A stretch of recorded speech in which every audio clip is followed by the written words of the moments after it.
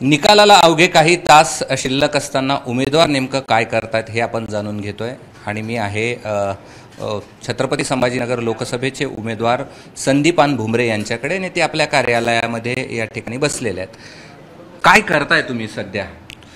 सध्या जसं रूटिंगमध्ये जसं ऑफिसला रोज येऊन बसतो तसं आज येऊन बसलेलो आहे।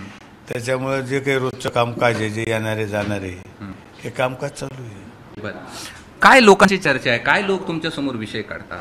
लोकांची एकच चर्चा आहे की आम्ही धनुष्यबाणाला मतदान केलेले आणि उद्या जो काही निकाल आहे, जो काही निकाल लागणार आहे, काही तासावर येऊन हा निकाल म्हणजे काही तासाने हे निकाल लागणार आहे, तर हा निकाल आपल्या बाजूला लागेल, महायुतीच्या बाजूला लागेल असं लोक सांगतात आणि मतदार सांगतात। बरं, खैरेंनी काल पूजा केली, आजही पूजा करतायत। घरी त्यांनी एक आपल्या देवघरात एक लिहिलंय, मशालीचा विजय हो आणि गद्दारांचा पराभव हो, म्हणजे देवघरात ही पाटील। मला एक सांगा की आता घरात मशालीचा विजय हो आणि घरात गद्दारांचा पराभव हो, गद्दार कोण आहे? मी याच्या आधी सांगितलं, गद्दार आम्ही नाही।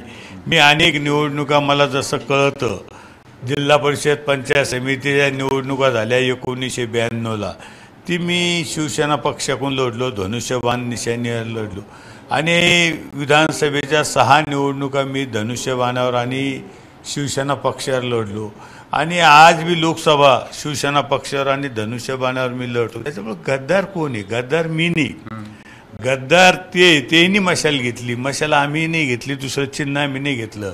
म्हणून खैरे घरात काय भिंतीवर लिहितोय त्याच्यापेक्षा उद्या मतदार काय करतात याला महत्त्व आहे आणि मला खात्री आहे की मतदार हा आपल्याला धनुष्यबाणाला मतदान केलेले आहे आणि उद्याचा निकाल हा धनुष्यबाणाच्या बाजूने महायुतीच्या बाजूने लागणार। धन्यवाद। हे होते उमेदवार संदीपान भुमरे आणि ते आज आपल्या कार्यालयात दिवसभर आहेत आणि लोकांशी संवाद साधतात।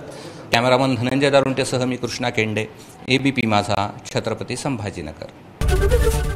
एबीपी माझा, उघडा डोळे बघा नीट।